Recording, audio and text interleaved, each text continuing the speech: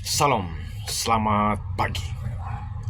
Pada kesempatan ini izinkan saya berbagi kekuatan firman Tuhan tentang peperangan rohani.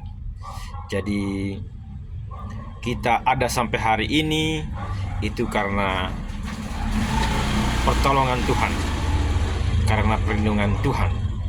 Dan kita harus tahu bahwa manusia memiliki musuh yang tak kasat mata. Jadi apakah benar bahwa manusia itu memiliki musuh yang tak kasat mata? Yaitu iblis dan pengikut-pengikutnya.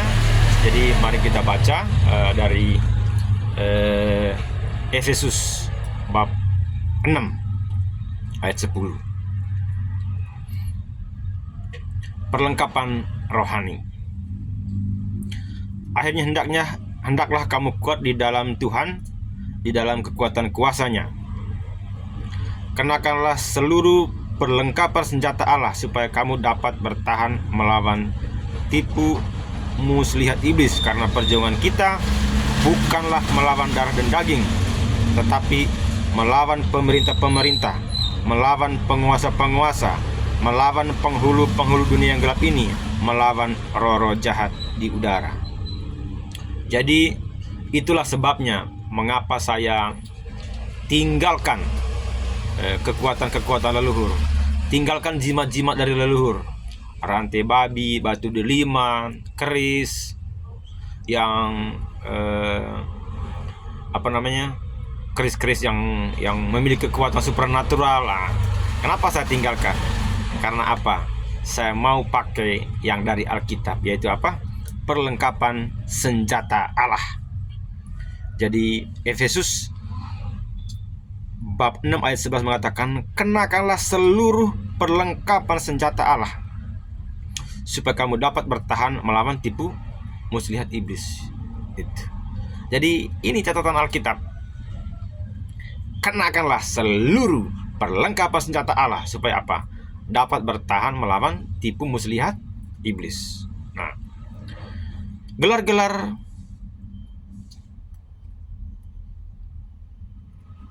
mereka tadi itu apa? Pemerintah-pemerintah, penguasa-penguasa, penghulu-penghulu dunia yang gelap, roh-roh jahat di udara. Itu. Jadi perjuangan kita bukan melawan darah dan daging. Jadi perjuangan kita itu bukan untuk melawan sesama manusia, bukan untuk melawan kamu orang ini, saya orang itu. Tidak. Perjuangan kita bukan melawan sesama manusia, tetapi melawan apa? Kuasa-kuasa gelap yang tak kasat mata. Mereka ada. Mereka memonitor hidup kita. Mereka merancang sakit penyakit. Mereka merancang kecelakaan. Mereka membudak kita dengan hawa nafsu hingga kita menjadi wanita penghibur dan lain-lain. Nah itu. Sebab itu ambillah seluruh perlengkapan senjata Allah supaya kamu dapat mengadakan perlawanan pada hari yang jahat itu dan tetap berdiri sesudah kamu menyelesaikan segala sesuatu. Jadi kitab Efesus bab 13 mengatakan, ambillah seluruh perlengkapan senjata Allah. Ambillah seluruh perlengkapan senjata Allah supaya kamu dapat mengadakan perlawanan. Jadi kita dapat mengadakan perlawanan. Berarti mereka ini ada kekuatan, mereka ini punya kekuatan. Tapi kita juga dilengkapi senjata Allah agar apa? Agar kita mampu melawan apa? Melawan senjata-senjata atau api-api dari kuasa gelap. Jadi berikutnya, jadi berdirilah tegap. Jadi berdirilah tegap artinya ketika kita berhadapan dengan kuasa-kuasa gelap di lapangan, ya kan? Ya, saat kesurupan misalkan, Jadi kita harus berdiri tegap, jangan mundur. Itu. Apalagi lari. Berarti berdirilah tegap artinya kita harus apa? Kita harus punya iman yang tangguh. Bukti bahwa kita punya iman yang tangguh ya, begitu ada kesurupan, kita buka pelayanan pelepasan dengan doa yang penuh kuasa. Berikat pinggang kan kebenaran. Nah, ikat pinggang kebenaran. Jadi supaya kita berdiri tegap, ya kita harus pakai ikat pinggang.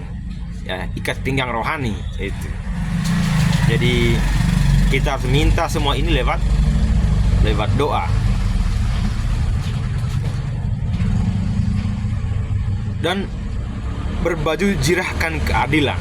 Artinya kita harus punya jubah rohani. Jubah rohani ini untuk melindungi kita dari kepala dan organ-organ bagian depan, agar ketika iblis memandang kita, bukan kita yang tunduk, tapi dia yang tunduk kepada kita. Itu. Jadi baju jirah ini sangat penting ketika kita dilempar oleh magic, ya kan?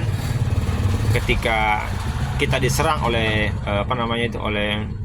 oleh hal-hal yang membahayakan kita, itu tidak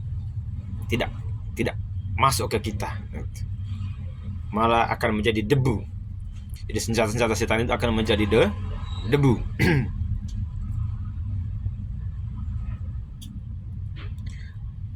Kakimu berkasutkan kerelaan untuk memberitakan Injil damai sejahtera. Jadi agar kita punya perlindungan di kaki, ya, saat menginjil itu kuasa gelap menyerang kaki kita, ya kan? Jadi kuasa gelap itu akan tumbang. Berarti kita harus apa? Memiliki kerelaan, ya kan?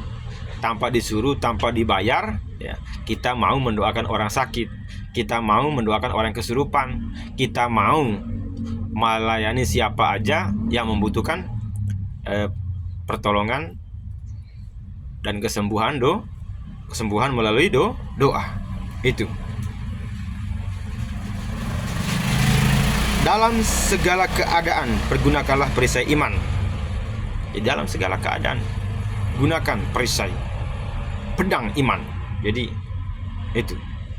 Jadi saat kita berperang di alam roh, pastikan bahwa kita memiliki pedang. Yaitu pedang yang Allah berikan, bukan pedang biasa, ya. Itu karena apa? Firman Tuhan melebihi pedang bermata dua. Jadi makanya kita harus punya pengalaman rohani di mana Tuhan memberikan kita pedang untuk mengalahkan musuh-musuh kita.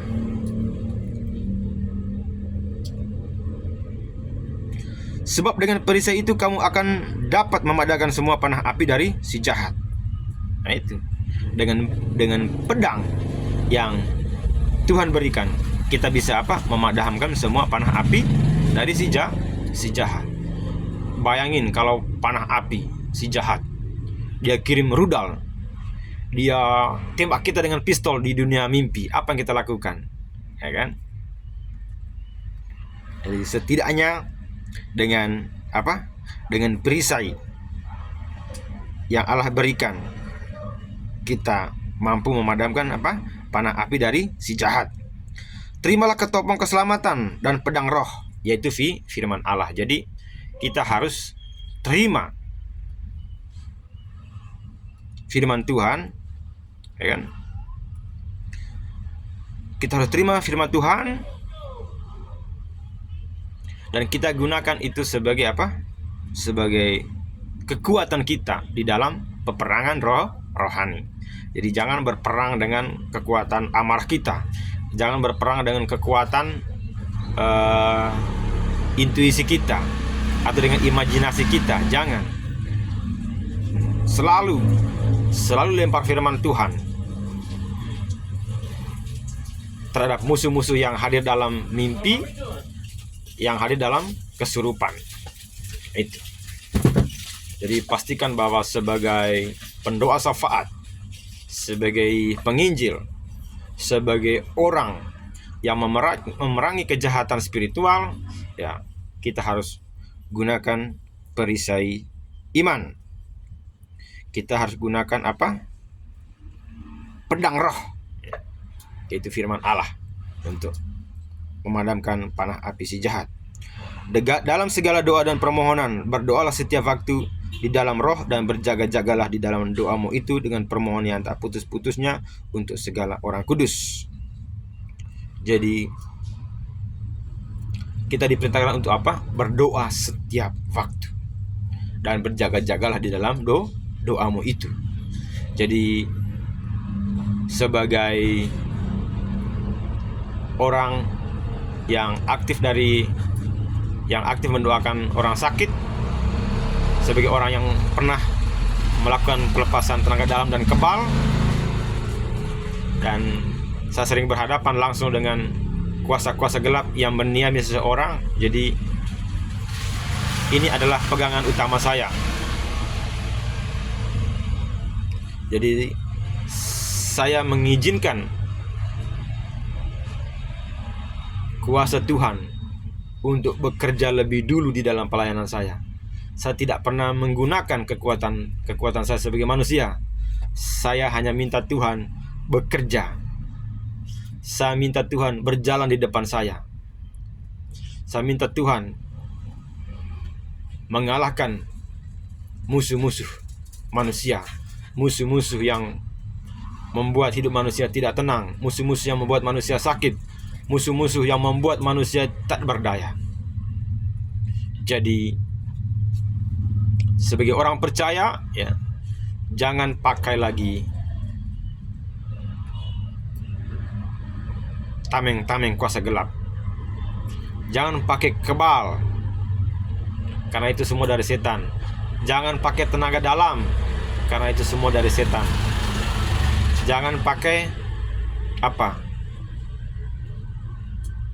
Rantai babi atau jimat-jimat yang kita percaya bisa melindungi kita. Jadi apapun ya yang diberikan oleh setan tidak bisa melindungi kita. Jadi yang bisa melindungi kita adalah apa? Ini perlengkapan rohani. Perlengkapan rohani untuk apa? Untuk apa? Melawan tipu muslihat setan, untuk memadamkan panah-panah api dari si jahat. Saya pernah ditembak oleh Mbak Lampir. Dia tembak saya dengan tongkatnya, dan dari tongkat itu keluar seperti apa? Seperti rudal. Dan rudal itu meledak. Begitu dia meledak di tangan saya ini, di sini bagian depannya nih, meledak di sini. Dan begitu saya lihat di mimpi, tangan saya tidak kenapa-kenapa, hanya ada darah, tapi darah itu tidak menembus kulit saya. Itu. Jadi itulah perlindungan Tuhan atas kehidupan orang percaya, bahwa sekalipun kita dikirim, walaupun kita dikirim santet, ya kan, dikirim panah-panah api dari si jahat, itu tidak, dia boleh mengenai kita, ya kan?